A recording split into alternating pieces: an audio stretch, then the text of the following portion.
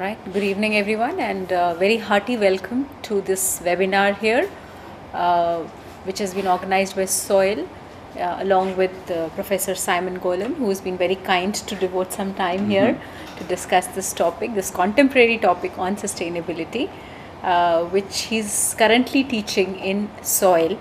So this is a course on whole systems thinking that he's presently teaching our students at SOIL, and I believe it's a wonderful course. The students are simply loving this course, mainly because I think also it has come at a time when they have gone through the different streams of business, and now Professor Simon is bringing a perspective where all these streams are integrated to solve a business problem and to create a holistic thinking and how to create a sustainable business.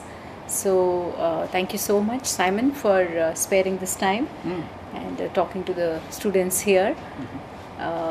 Is there anyone who would like to go first on this?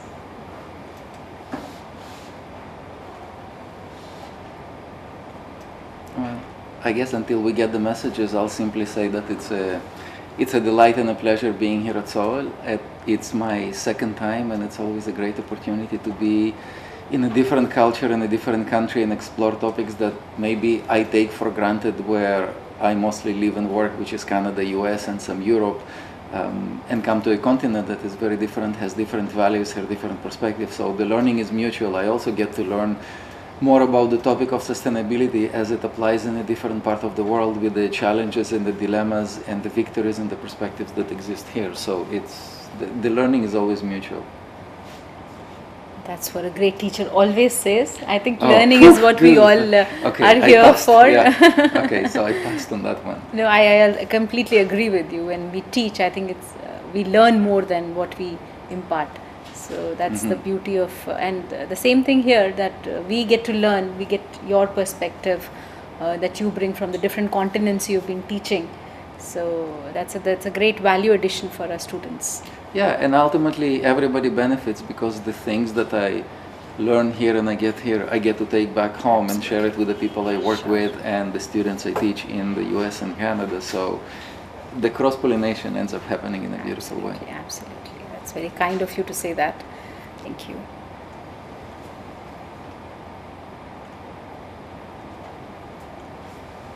Someone is saying the webinar, is it on? I'm unable to view anything. Okay, so is someone coming with a question here, or would somebody like to ask something? Or maybe Simon, would you like to give a brief about this course that you're teaching here? Sure, I can give a brief overview, and then maybe that will give the participants at the webinar a better context as to what they can ask. Sure. The topic in general is called whole systems thinking, and it includes 4 disciplines that are all related. And we start with whole systems thinking, which is really a way of understanding the reality we're facing in a much better way. So we look at ourselves. We look at our own perspectives that we bring when we try to understand the world around us, and we look at ways to, what is a system? How do we understand it? How do we live in this world that on one hand is becoming increasingly complex, increasingly fast-paced, and yet there is a need for us to understand the systems that we exist in, whether it's a family system, whether it's an organization, whether it's a team or a department or even a class here at SOIL. Ultimately, really, it's a world of systems which are interconnected entities that are also interdependent and have mutual impact. And so the first part is we look at ways of how do we show up, how do we understand our own perspectives, because those are the lens that we bring when we try to interpret the reality around us. And that becomes the foundation to everything else. The next part of the disciplines is, once we learn to understand and recognize and analyze systems, we get into looking at organizations, because we all work in different organizations, or we want to work in different organizations, and it can be a non-profit, it can be a small startup business, or it can be a huge multinational company. We try to understand them through really simple ways. For instance, the power of a metaphor, because there are many different tools to understand an organization, and yet if I say, This organization operates like a machine. It's a simple metaphor, but it gives us an understanding. What does machine do? How does a machine work? Or I can say, well, this organization has the metaphor of a human brain. It gives us a completely different picture, so it's a simple yet very powerful tool to understand organizations through our human language. And then we go through processes of understanding how the different parts of organization work, how they play out together. One specific and really important lens is culture. So we get to talk first about cultures in general, and then we talk specifically about what are the cultures of organizations, how they're being established, how do people show up in there, how do we know what an organizational culture is. That's the second topic. From here, we move into an area of sustainable development and sustainability in general. So this is, first the question is what it means, because the word is being used everywhere, left, right, and center. But truly understanding sustainability and how it applies to business, we need to look at the business through three different dimensions. And most of the traditional ways businesses have operated, they only care about the financial bottom line, i.e. profits, quarterly returns, maximizing shareholder value. That brought us to where we are right now with our huge range of social and environmental problems that we are facing everywhere. I mean, it's in India, it's in Canada, it's everywhere in the world. Whether it's pollution, whether it's climate change, whether it's a huge gap between those who have and those who have not. The concept of bottom of the pyramid, when we look at the 7 billion or so population on the planet, we have about 4 billion who are considered very much the bottom of the pyramid, who really don't have the same means, and yet can we create businesses that address them? Can we bridge those gaps? So that current thinking of looking at just the financial bottom line brought us to where we are at right now. And yet we can ask ourselves, what is the purpose of business? What are the things that it needs to address? Is it just about money, or is it about serving people? And so two other dimensions come into play, because then we start looking at, okay, well, what about the environment? Businesses do not operate separate from the environment. You use materials in the business, well, you extract them from somewhere. There is some waste. Where does it go? There is a tendency to say, well, we can just throw the garbage away. But the question becomes, where is a way? Is there such a thing? And when we bring in the systems land perspective, we realize that there is no such thing as a way, because yes, we can throw the pollutants to the river and they'll go downstream, and the water will spread to the farmer's field where they grow the food that we are going to eat. It's all closed systems. And so the second dimension is the environment. The third dimension is, what about people? How does our business impact people? And one of the things that happens here, we move away from the notion of shareholder to the notion of stakeholder. And stakeholder is everybody who has some kind of a relation to our business. Again, it goes back to systems thinking. We need to zoom out to be able to better see the whole picture. And so when we talk about sustainable businesses, we often talk about the 3P: profit, but also planet and people. And there are incredible examples of businesses that have been shifting their operations towards looking at, we are not only after money. We actually want to do things that are much more meaningful, and they can remain profitable. And there are some incredible stories, including stories from India. I mean, one of the case studies that we use a lot back in Canada and the US is the story of Dr. V and the Aravind eye care model. I mean, here is a model of somebody who started a business with an incredible purpose, dealing with cataracts and helping people basically eradicate blindness. And he is approaching it from a very unique business model. You pay whatever you want, whatever you can afford, from zero to anything. And so 40% of the people in that business pay, and that supports the other 60% that don't have money. The business is growing. The business is spreading to Africa. That model is increasing. That's an example of business that does things of meaning, of value, addressing the social purpose, and still making money, because the fact is, if a business doesn't address the financial bottom line, it cannot exist. And so there are many different stories of organizations that are transforming the way they work. And so we are looking at, well, how do we make a case for sustainability? How do we bring that notion to businesses to help them realize It's not just taking care of the environment or the people, it actually is good for your bottom line. And we make a case for it. We show the students how to make a case to say, hey, if you do sustainability, it's good business. You will make more money. From there, from sustainable development and sustainability, the fourth area that we address in the course is how do we bring change into organizations? Which means we've gone through systems thinking, we understand the reality, we can understand the organization, we can make the case for them to start bringing sustainable practices into it, and then we have to ask ourselves, well, this is all great. How do we actually help them make it? Well, this is where we bring in frameworks of introducing change into organizations and show businesses how they can adopt those practices.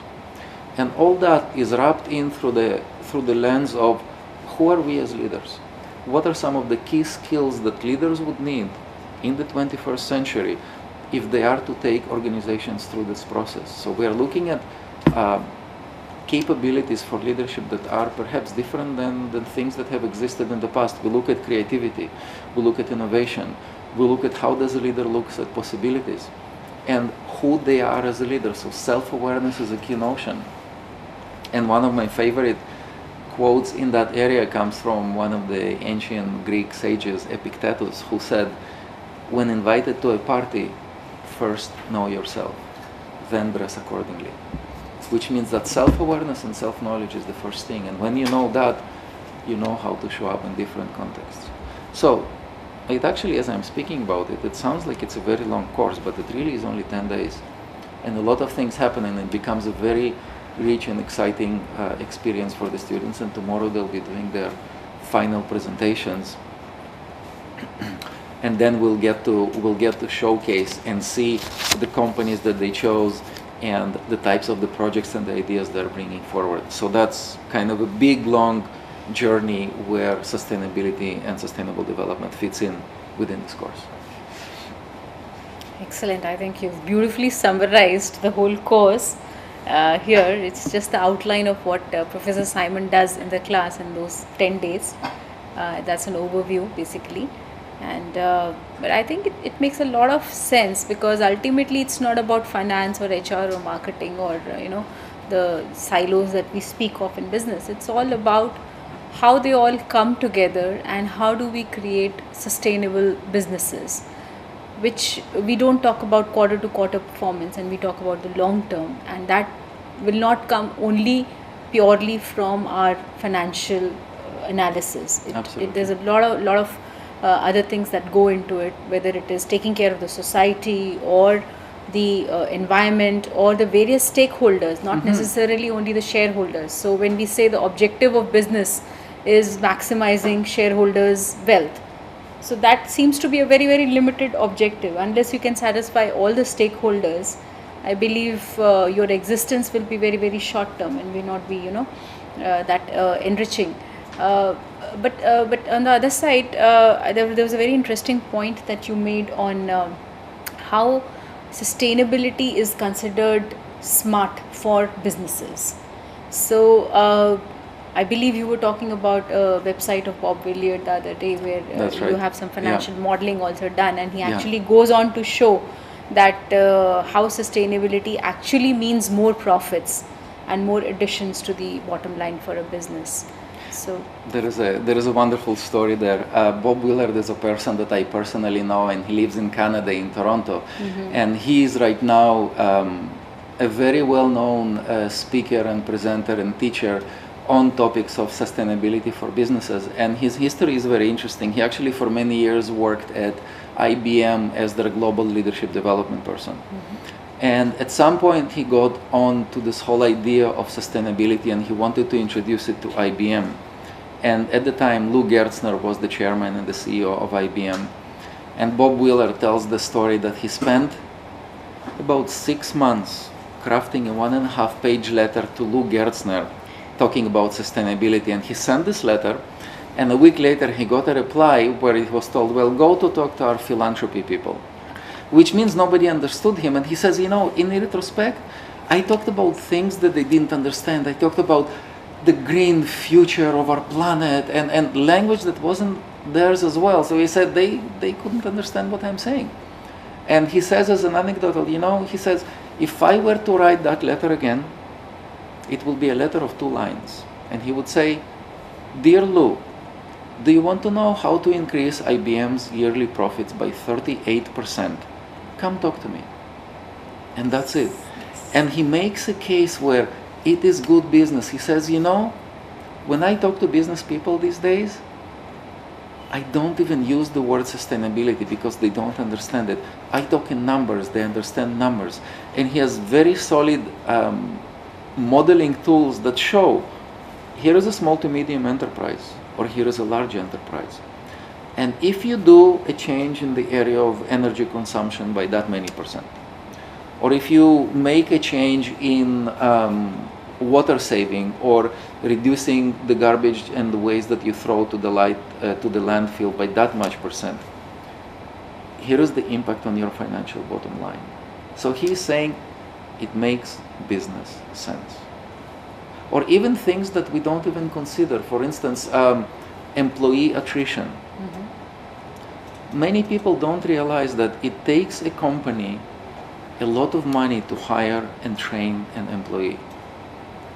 And people who stay in the company are people who love those companies. And it has been proven again and again and again that when a company starts doing things of meaning and value, whether it's taking care of the environment and the social aspects and their own employees, people are happier.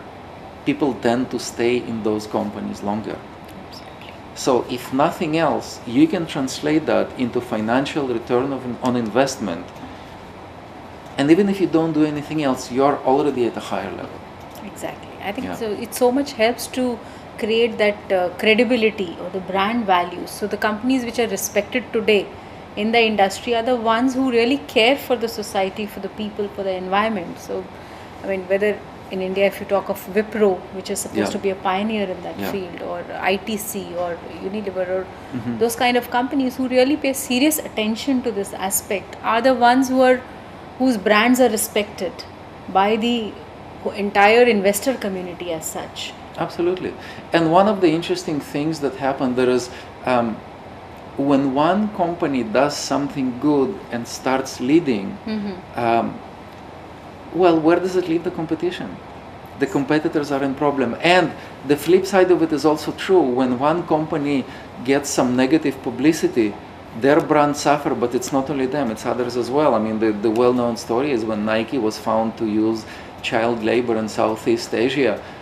The whole shoe industry was in trouble because everybody else started thinking, are we going to get the same publicity? We better start changing in advance before it gets us.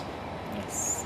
This is an example of systems thinking where there is a correlation and everything becomes visible much faster these days. I mean, Facebook, Twitter, any social media, information flows much faster everywhere. True. Okay, good. Let's start with questions. When the work is outsourced to cheaper countries like China and other countries, and China is overpolluted, where does the consumer and the manufacturer come in the loop of sustainability? That's such a wonderful question. And it's not an easy question because the fact is outsourcing does happen. And when we look at the large multinational companies, these days they are incredibly powerful. I mean, you take a company like Walmart, and their annual revenue is bigger than the GDP of the 138 countries of the lowest range of the GDP. That power is unimaginable. And so many of these CEOs are saying, and it has been proven again and again, they're saying, we really don't care about government regulations. In many ways, we control the governments. There is only one thing they care about, and that's consumer revolt. Which means the actual power to change things is with those who pay money for their products. And that's our way to vote. And there are companies that are doing incredible things. The same Walmart, that many activists and environmentalists used to think of as the big bad enemy, they still do many bad practices. But Walmart started bringing organic food. And if you think about it, when a company of that size makes even a small change, think about what happens to the supply chain. Because basically, the moment they start bringing organic food, all the hundreds and thousands of farmers that are working with them have two choices. Either stop working with Walmart and look for another client for their produce, or start growing organic food. The ripple effects are enormous. It's not always easy to find, but the important thing here to remember is that we individually always have a choice. And when you go and buy something, you can always ask, where is it coming from? What do you know about it? We don't always have all the information, absolutely. And yet, there are organizations that are doing more and more work around bringing visibility and transparency to these types of organizations, to supply chain, to operations. And it's a matter of time. Yes, there are countries like China that had a lot of stuff outsourced to them. Well, guess what? China is now facing a lot of problems, which is their own pollution, which is their own pressure, which is increased visibility on some of their labor practices. They are beginning to change their practices because their customers in countries like Europe and US, where the regulations are higher and are growing higher, and the consumers maybe are more aware, that indirectly applies pressure on those companies as well in China. This is systems thinking. This is maybe 1 degree of separation, but there is still relatedness in there. So I hope that answers the question. The next question is, please share your insight on the sustainable development in mining industries, as it is the most unsustainable business. Yeah, I don't know whether it's the most unsustainable, but it's definitely at the top of the unsustainable ones. Now, I'm not familiar directly with that industry because I haven't worked directly with any of those companies. Indirectly, I'm very much connected because I live in Canada, and right now one of the biggest sources of negative publicity is the tar sands in northern Alberta. So kind of north central Canada, there have been huge oil fields discovered which are called tar sands. The process and the processing and the extraction of oil, which has a tremendously negative environmental effect, and so there is huge resistance from many environmental groups. And we have a political system that is very much focused just on the economy and not really the environment or the social aspects. One of the ways to deal with it is looking for sources of alternative energy. I.e., the more we move away from, for example, fossil fuel, the more pressure would be on those companies to start innovating. And the fact is, some of them are doing it. I have students and collaborators who work in companies like ConocoPhillips, which is an oil company worldwide based out of Texas.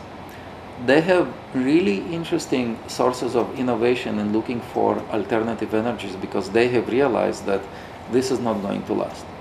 In general, though, mining still has a hugely negative environmental and social impact. And when such large companies transcend national boundaries, then politics and governments probably don't have a lot of impact. It goes back to individual consumer acts. And there are some really interesting stories. There was a story some time ago in Vancouver in Canada, where I live, where several different gas stations seems that they have been involved in price fixing. For instance, a long weekend holiday is coming up, and suddenly on Thursday evening, just before the holiday, all the gas prices go up. Whether you go to Esso, whether you go to Shell, whether you go to Husky, suddenly the prices go up. And eventually, people got fed up, and there was an informal campaign that started through the social media that basically said, okay, this coming Wednesday, let's boycott Esso. And suddenly you drive somewhere and you see a Shell station that is full, and across the street there is an Esso station that is empty. And then the message comes out, okay, the following Friday, let's boycott Shell, and nobody goes to Shell, everybody goes to other ones. It lasted for a while. It was a wonderful initiative, and so these types of campaigns can let those companies know what our opinion is. Is it going to be immediately impactful? Maybe not.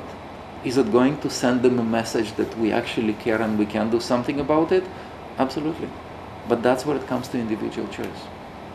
And I think also, just to add to that, per se, by its very nature, no industry itself is sustainable or unsustainable. It's just the way we use it. Exactly. So mining is basically there for us to exploit the nature's resources which it has given to us. Now it is up to us whether we use it judiciously or not. So if we use it in a sustainable manner, then of course it's not, that business is not unsustainable as such. It's just our approach which needs to be more judicious and sustainable. And I'm sure over time we all have become wiser, governments have become wiser, regulations are in place. So people are approaching it more in a more wiser manner and in a more sustainable manner. I'm thinking about an interesting phrase I read in a book about peace, and the phrase said, what if they declared the war and nobody came? And I'm thinking about the same thing with the mining industry, you know. Yes. What if they keep mining for oil and nobody buys it? Yes. What would happen then? How powerful of a message that is. Yes. And it's incredibly empowering to realize that we actually have a say. And maybe not one person, but you talk about movements that are happening now everywhere more and more, you know, whether it's the Arab Spring, whether it's the recent 1 billion rising, which is the empowering women, you name it, they happen everywhere. And this is where people realize, okay, maybe I cannot do anything on my own, but I have 10 friends. What if each one of them brings 10 friends? And it's really easy to spread the message right now. And that's when change begins to happen, including the mining industry. Correct. So, like you rightly said, the power lies ultimately with the consumer. So, it's not solely upon the manufacturers or the producers to look at sustainability. It's equally responsibility of all of us here as consumers to make sure that this concept survives. There is a wonderful little cartoon that is used to understand organizations, and the cartoon shows an ocean, and there is a boat that is sinking. So one end of it is in water and one end of it up there. And at the bottom part, there are two people with buckets pouring water, trying to get water out of the boat. And there are two people who sit on the top, the part that is up from the water, that look like managers. One of them is saying to the other, how lucky we are that the hole is not on our end of the boat. But that's the thinking that we have. When we don't see systems, when we don't understand the relatedness and the interconnectedness, we can think that, well, that problem is there and we here are fine. And that's not the case anymore. People are beginning to understand that everything is related to everything else. And I mean, in a way, it's really funny to teach systems thinking in a country like India, because you've had that view of the world as an interconnected multi-dimensional web where every intersect has a little multi-dimensional crystal that reflects everything else. I mean, this is systems thinking of 3,000 years ago. And the more we understand it, the more we understand the impacts of our actions and our choices. And it doesn't matter whether I'm a person on the street or I'm a CEO of a mining company, because when there is air pollution or water pollution, I can walk or I can drive my BMW, the impact is going to be the same. We're all in the same boat. Exactly. We so all the end whole up being in the anywhere same affects boat. all of us. The whole is in the same boat, and it doesn't affects matter all which of end. us. Exactly. True. Exactly. True. That's the Right. point, and That's very that's well part put. of the growing awareness of what's happening these days. Absolutely. Was there another question? Yeah. I think it's we'll probably have to take that on. Is there any trade-off between profit and sustainability? I thought we were talking about At any the other level. way around, that there's no trade-off, but actually sustainability leads to higher profit or the value addition. So And in the older thinking, which I call the 20th century view of the world, it always used to be either or. I can be either profitable or I can be sustainable. I can make money or I can do good. or I can make money and then give 2% for something good, so my consciousness will be okay. That's an old thinking, and that thinking doesn't work anymore, because again, we live in an interconnected world. And if you are making profit at the expense of sustainability, things will get back to you, because you can only operate for so much, and we live in a small, finite planet. It does not have unlimited amount of resources. It does not have an unlimited amount of clean water, clean air, clean soil. We simply don't. I mean, there is a notion, which is one of the things I get the students here to do. It's called ecological footprint. And there are several different websites where you can go and kind of do a little assessment on your life based on your lifestyle. The country that you live in, your average income, what's your lifestyle, what transportation do you use, how many people live in your household, the kind of food you eat. All that leaves what is called a footprint, because all those things consume resources, and that type of a lifestyle has an impact. And it's very interesting to see that the result, basically you get a number, and that number tells you like that: if all the people on the planet lived in your lifestyle, this is how many planets we will need to sustain ourselves. And it was really interesting, because the results here in India ranged from 0.28 and all the way up to 1.7. But if you do something like that in the more developed countries like US or Canada, I think the average number is going to be more than 3, maybe more than 4, which means if every person on the planet lived that lifestyle, we will need 4 planets. Well, guess what? We don't have 4 planets. We only have 1.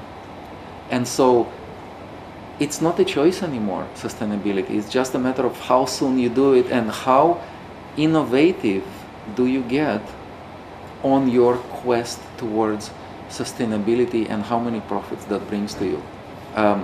So in the new thinking, in the holistic thinking, these are not mutually exclusive, and companies who venture on it do incredible things. One of the cases I bring in is an incredible story of a company from the US called Interface Flooring Systems. Basically, it's a company that makes industrial carpets. They have 70% of the world's market. That's large. They have shifted towards sustainability since 1995. The innovation and the creativity that they brought is unbelievable. And one of the video clips that I show is the chairman and the CEO, and he says something really interesting. He said, no amount of slick PR and fancy advertisement or marketing would have brought us the same goodwill from the marketplace that we have because we do the right thing. They also make profit. And they are a very potent example because they are an industrial company. It's different when you talk about a company that does service, because maybe they consume directly less resources. But this is an industrial manufacturing company. They consume a lot of resources, and they've become sustainable. Another story that I just saw a couple of days ago, and I just shared it with the students this morning, is a plant that makes cars. How sustainable can it be? Hard to think about it, but there is one, Subaru, in Lafayette, Indiana, which is a little bit south of Detroit. Since 2004, they have been designated as zero-free automobile manufacturer. They make cars and they don't have any garbage. 99.3% of everything, metal, wood, glass, plastic, is being completely reused within the plant. 99.3%. And 0.7% go to the municipality of Lafayette, where it's being incinerated and converted into steam, which is probably used to heat, let's say, hot houses that grow vegetables in the winter. On top of it, that plant sits in the middle of a park that has been designated as a wildlife habitat. That means bears, cougars, deers, raccoons, like a zoo. And they've been doing it since 2004. So there are many, and they are profitable. Subarus sell. So there are numerous examples where it's not either or, where actually sustainability increases profits. In fact, lately sustainability has become a very important determinant to your share value or the profitability. And soil students, the BLP batch that you are teaching currently, is a team of the students is working on a research project. That's right. They spoke to you probably about it. Yeah. That they've taken about 8 industries, and within each industry they've taken about 6 to 8 top players, the main players in that industry, and they're trying to work out a sustainability score for that company on different parameters, that is economic, social, environment, and within each category there will be about some 8 to 10 parameters which reflect that category. They would assign weights to these sub parameters, and they would also rank it on a certain range, and then taking a weighted average they would take the score of that company on the sustainability. And the final objective is to link that score to the share price growth over the last 3 to 5 years of that company. And the idea is to show how a company with a higher sustainability score has shown a higher growth in the share price. So your question on trade-off, actually it's the other way around. The higher the company on a sustainability, the higher the profitability and the share price growth is the current thinking, which many indices worldwide also are tracking. Your Dow Jones and others have a sustainability index which tracks companies on that score, and it's been empirically proved that these kind of companies are showing a higher profitability and a higher growth in the share value and the market capitalization. So it's been really interesting to talk to those students and listen to their project, because I look at what they've done and I thought, have you been working on it for a year? Because the scope is huge, and I think the data that they will uncover is fascinating, and I'm planning to connect them to some of my students in one university where I teach in the US, which is all focused. It's an MBA in sustainable business, so great. Sustainability there is everything and is integrated into every course, and I'm sure my students back in the US have some of those connections as well, so it might be interesting to look for opportunities to cross-pollinate between what the students here have done and what was done there, and what kinds of things they can share and build upon each other. That'll be great. That'll be excellent, because this is the kind of pilot project we've started doing this year in BLP, because sustainability is such a contemporary topic and such a relevant theme for businesses today that BLP just wants to focus on that. And this team of students of about 15 to 20 students, and in fact each student in the entire cohort has worked on analyzing sustainability on at least one company. So like about 6 into 8, about 50 companies and 50 students. Each student has taken one company to analyze, and one think tank team out of that, the core team is trying to collate all that data together and work on it statistically and get some conclusions. Let's hope we are able to get some well, it will be really interesting insights. to see what they come up with, and I think it's also going towards the sustainability conference in, is it Bangalore that they're doing it at the end of February? We were planning to have that conference. It's been slightly postponed, but we have a CIA conference on sustainability in Calcutta on March 8th, and we'll probably present it there also. That will be an interesting information to look at. Yeah, I'm looking forward, hoping they will share some of their findings with me. I'd love to know what they uncover here in India. I'm glad you're here at a time when we were on this project. It's just so well timed. Timing works, It works that way, sure. Yeah. Another question, okay? Yeah. Kindly elaborate on why there is low attrition rate in sustainable companies. Oh, absolutely. That's really easy. Company that is sustainable is what is called, it does the right thing. And there are many companies that do many really interesting innovations. So not only you see, because when company begins to look and understand the value of sustainability, they don't only look outside. They don't only look at, okay, who are my customers? Let me do better things for them. Which communities do I operate in? Let me do something good for them. What is the impact on the environment? Let me remedy something there. When companies are beginning to do something like that, one of the things that happens, they go away from the notion of shareholder to stakeholders. So they expand their lens. If you imagine a camera, they zoom out, and a lot more things come into the picture, and they're beginning to see who is everybody that is being impacted. And it's not only those outside of the scope of the company. Suddenly they realize, oh, employees are our stakeholders as well. they are being impacted by what we do and how we do. And so they begin to ask themselves questions. Okay, well, how do we take better care of everybody that is part of our operations, and that's employees as well. And companies do many interesting things. Some companies, for example, will give their employees 1 day a month or 1 day every 2 months, a paid day to let their employees go and volunteer in an organization of their choice.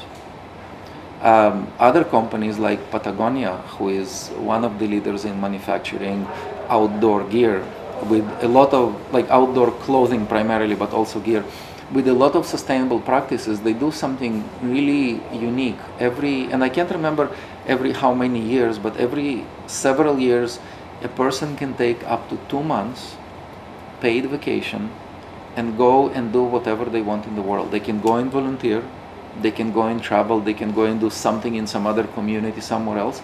And the only condition is when you come back, you have to do a little presentation to the company sharing the story. Now, I know that if I were working in a company like that, why would I want to leave? Because those companies begin to understand why they are here, what is the value that they are giving to everybody, what is their ultimate purpose. People don't want to leave companies like that, because one of the things that a lot of research has realized, money is not the main motivator for people. It's not the main reward. There's kind of a tricky little thing. We do need to get enough money paid to a point where money becomes a non-issue. In other words, if I go to work and I barely get money to buy food and pay my rent, that's a problem. But the moment my basic needs are being taken care of, something else kicks in, and that's not money anymore. And there is wonderful, wonderful research and stories and evidences that show that the key motivators for people to stay in companies and work is when companies give them autonomy, mastery, and purpose. And when a company operates from a sustainable lens, there is a lot of value and purpose alignment.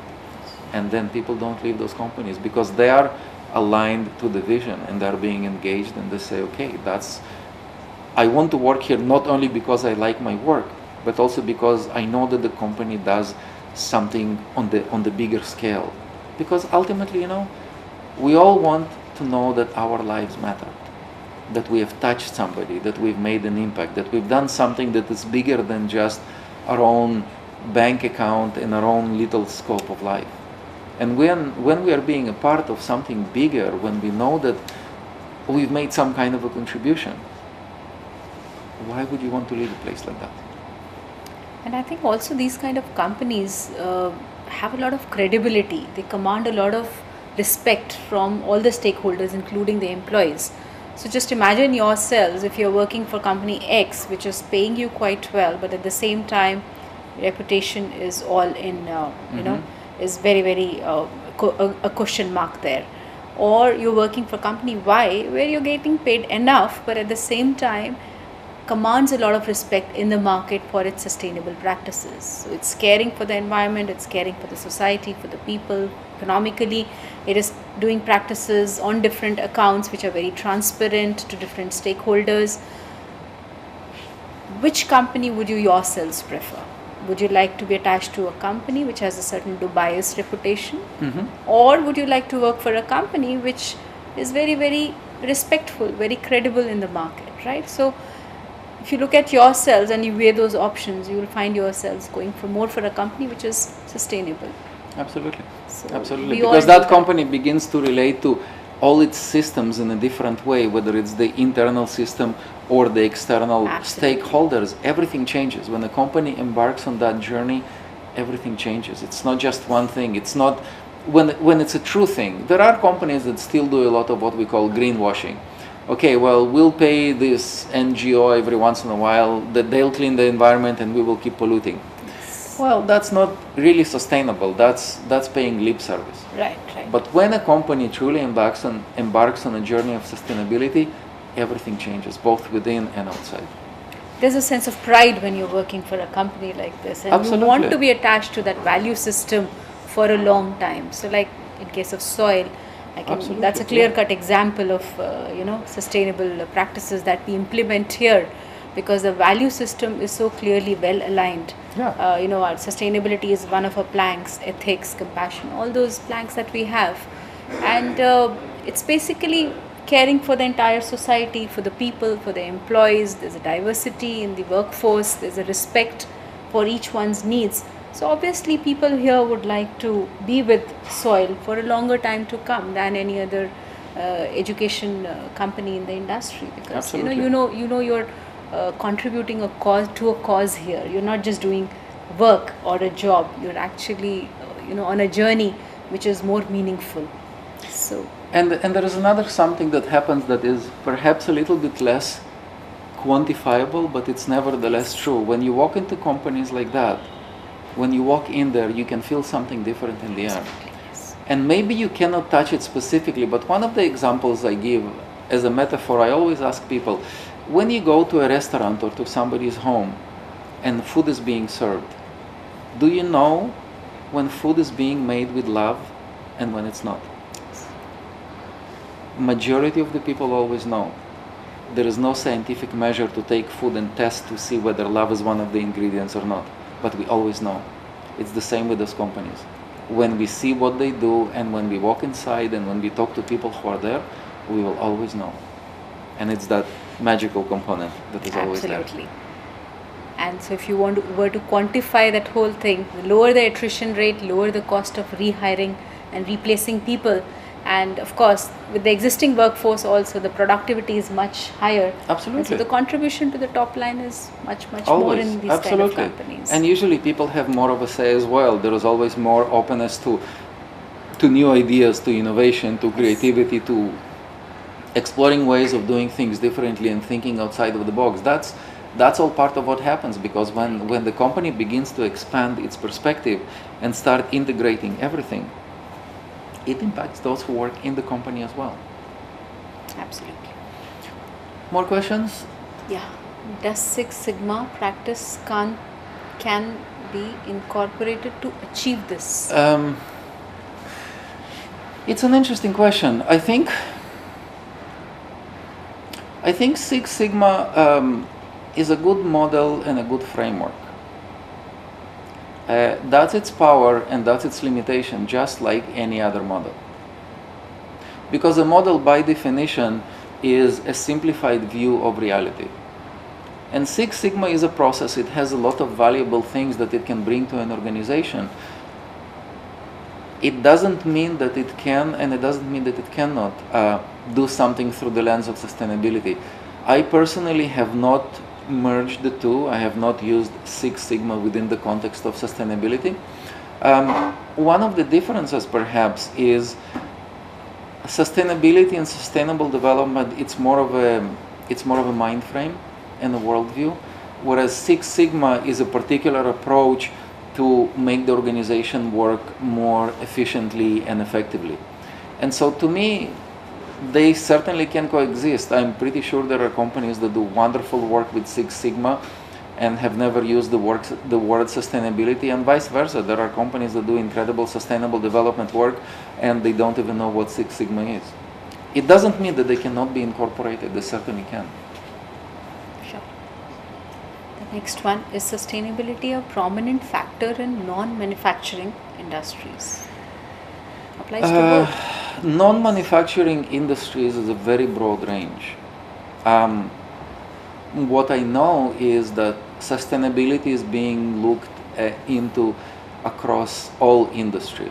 I mean, you can even take a company like Google, who really doesn't manufacture anything. I mean, yes, there is a talk, I think there was a talk about a Google phone or Google tablet, something like that, but really they don't manufacture anything tangible.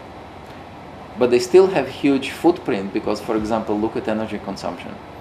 All their servers are running on some kind of electricity that has to come from somewhere.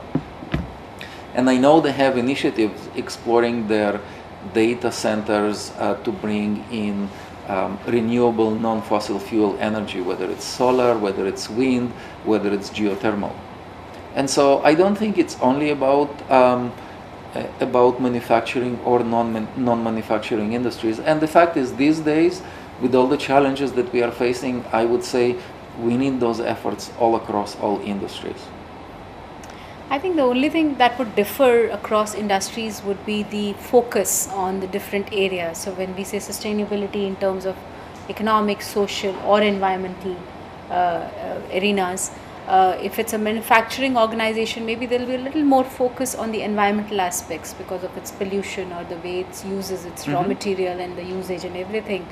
When you talk about a non-manufacturing organization, probably it's more related to social or to the economic aspects of risk management or corporate governance or the way you treat your stakeholders. So I think the focus would shift a little bit. So part of it may be more important in a manufacturing organization, the other part may be more important in non-manufacturing across industries. But overall the concept remains relevant across the board to all kinds of industries. Absolutely, and I think it's just easier to see in a manufacturing industry because there is consumption of resources and there is waste. Right. But the same thing happens in other companies as well. This is back to systems thinking. You zoom out a little bit and you look at what are, forget the word resources, what are the inputs into the company? And that changes everything. Correct. Then you begin to see what it is. Yes, it might be different. It doesn't mean that it's completely excluded. So if you were to take the example of Dow Jones, I think Sustainability Index, I was looking at their website. When it came to manufacturing organization, they had given a higher weightage to the environmental part. When it came to a company like industry like banking or financial services, non-manufacturing, the weightage shifted more towards the economic category. And when it was a company like pharmaceutical or something, that kind of an industry, the focus was entirely social. So what kind of drugs are being brought to the general masses, whether they're manufacturing, doing enough R&D for that kind of development. So social aspect became more prominent in that kind of an industry. So, but overall, yes, the complete package, like Simon said, the pizza size remains the same. So whatever pie you might just cut it onto. So exactly. Interesting question, though. Thank you. Yes. Do we have another question there? This is the one that we just took. Yeah, that's the last one that was the last one that we just took. Is there anything? Yeah, of course. I think we have a guest here. We have a guest. I just wanted to ask you, I have two questions actually. Okay. Would you like to speak here so that the audience also can hear your question? Can hear you because we have a mic. Yeah. Yes. What I wanted to ask was, one was related to food, one was related to the clothing industry. Which one should I go ahead with first? Whichever one is more interesting for you. Food is actually quite personal. I see these products in the supermarket which have been imported from Europe or US, and they are termed as organic. Or even some of the Indian companies, they manufacture organic products and they set it at a very unreasonable price, like Nourish Organics, for example. Much higher prices. So yes. That is where my dilemma comes into being that these companies, especially European and US companies who are much more aware about it, they're still exporting it here. In the whole process of growing that organic product, they must have reduced their carbon footprint. But in transporting it all the way to India and selling it over here, they must have compensated for that and got back. So how does that actually help that company be in that sustainable position at that overall industry of food? Okay. How sustainable are they actually? That's such a wonderful question, and it's such not an easy one. For instance, there is a big debate that has been going on in Canada for a long time around what's better, local non-organic or imported organic. And you can argue both ways. You can look at local food that is non-organic. It's like, well, but that supports my local economy, and that supports my local communities, and that supports my farmers here. But it uses toxins and pesticides and herbicides. Or should I buy organic because that, yes, it supports somebody who is maybe not even part of my country, but it supports the concept. It allows the organic to keep growing, but then I pay a cost of transportation. And this is a question that has no easy answer. I mean, ideally, if I had my say, it would be local organic. And when that exists, I can do it. But the fact is, I cannot always afford to buy everything local, organic all the time. And part of it is it still costs more, primarily because the majority of our food growing agricultural system is set up wrong. For instance, in Canada, there are a lot of subsidies that go into food growers, but it's not necessarily to the organic ones. And so the direct cost of growing, well, there is a big difference. And part of it is the need to change the system. Part of the way the system will change is consumer demand. This is where we're getting into catch-22. We want to do it, we want to do the right thing, can we always afford it? No. And of course, there's a growing body of people who are saying that we need to completely change the system, because the fact is, and it's not only about food, there are many things where people who need, organic or sustainable, organic produce or sustainable things, they cannot afford it. We talked about the example of bottom of the pyramid.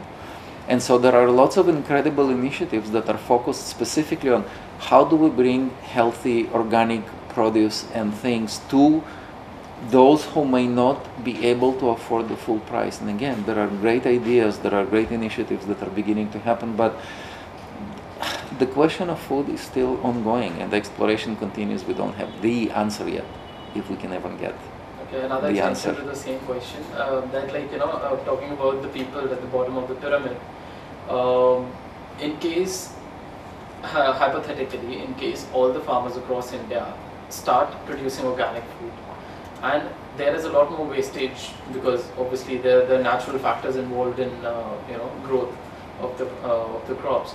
So there would be a lot more wastage in the crop, and there would be less of produce as to what they're producing right now.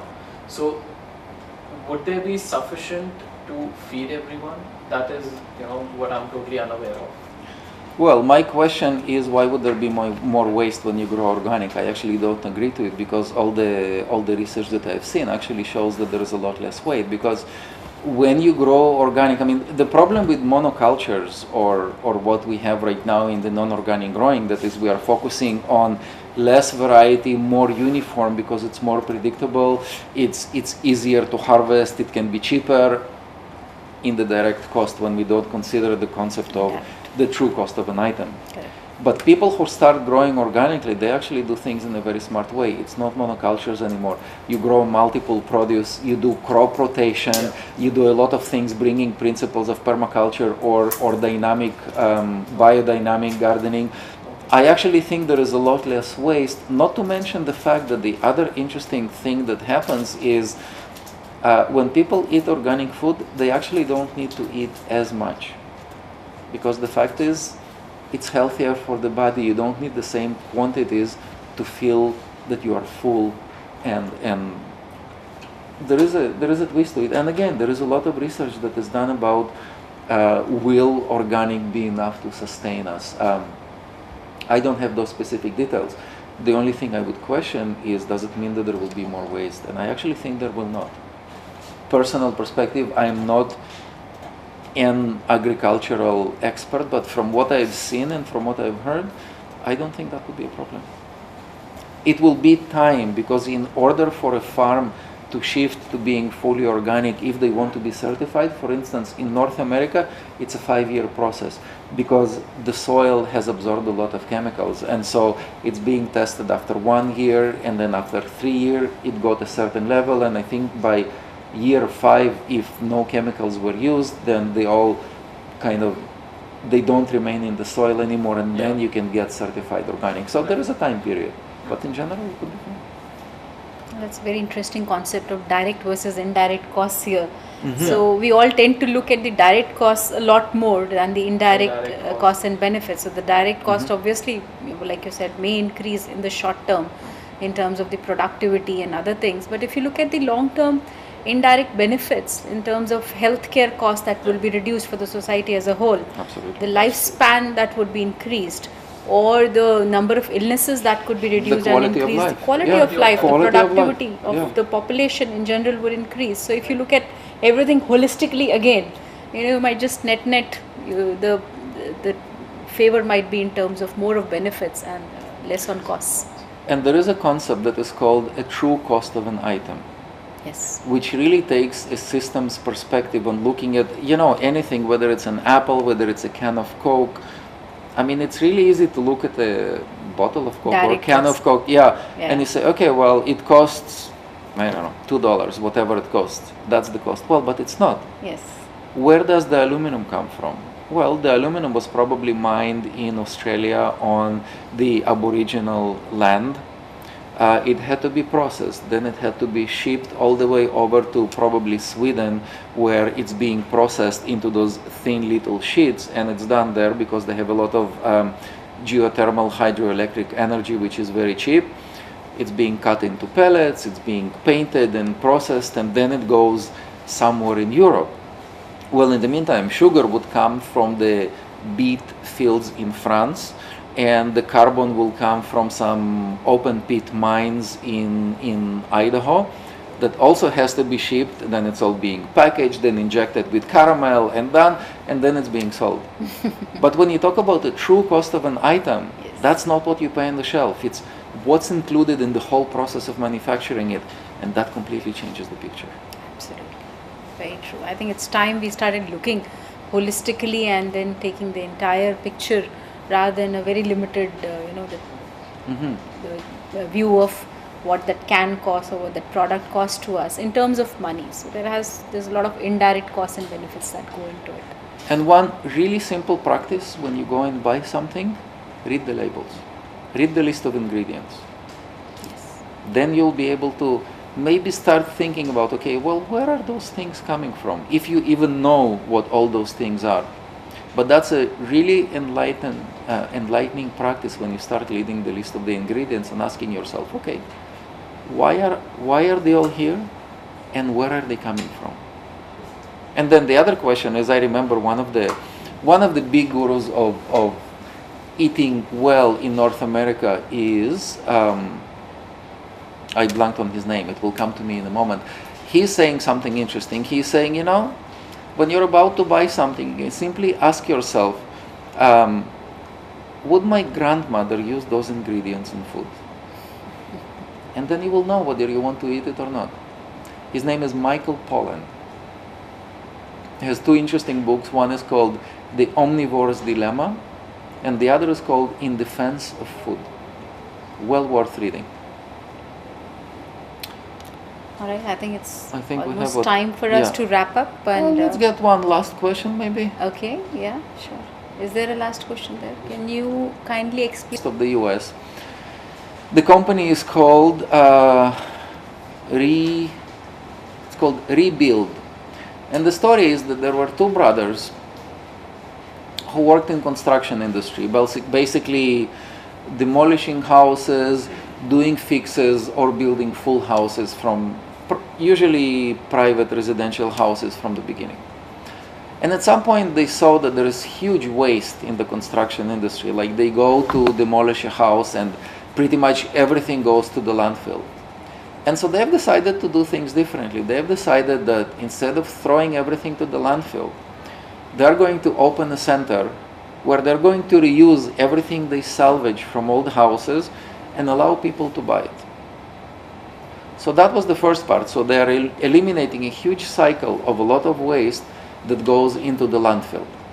Secondly, they said, well, we also want to do something else for the community and for the people. One of the problems, and I don't remember exactly how they connected to it, but basically people who have been in prisons and leave the prison, they often have a hard time reintegrating back into society and finding jobs. Well, these two brothers decided that those are the people who are going to work with them, work in their companies. So we are already addressing the environment, and we are addressing the social factor of allowing people to get back into the workforce. And I've actually visited their center because I remember one time being in Portland after reading about them, and I asked some friends of mine, okay, can you show me where that place is, because I want to see it. And it's this incredible, massive, huge warehouse type of building where you can buy everything from a nail to a door to a sink to a fridge to a washing machine, anything. And it's all reused stuff. And they have grew. I remember at some point I was reading, they had about 1,200 both full and part-time people working for them.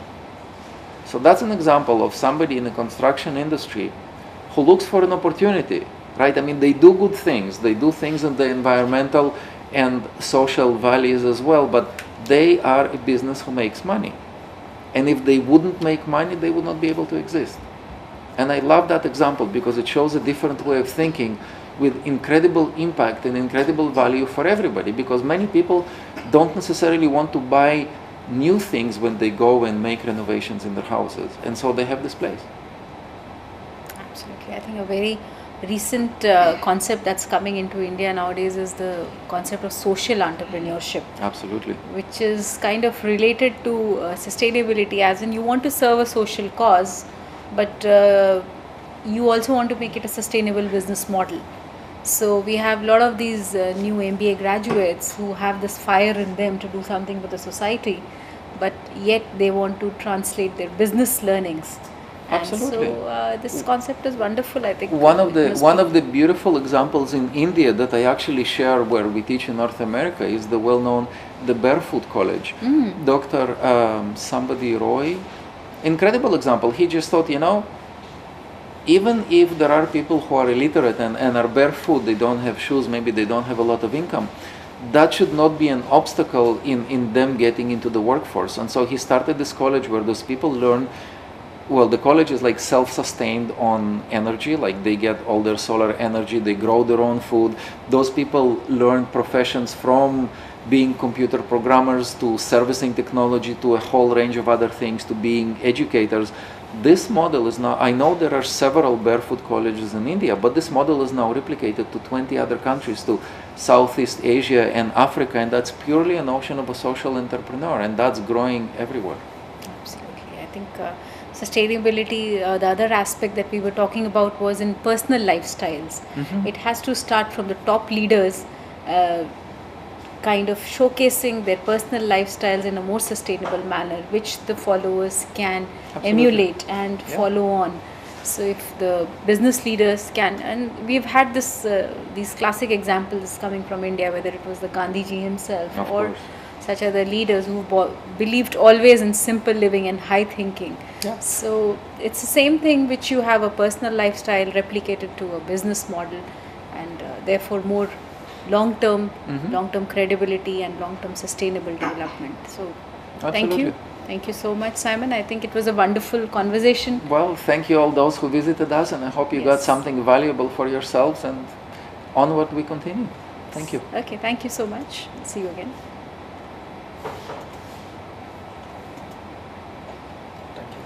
Thank you. All right. You finished Wonderful. on time? Yeah.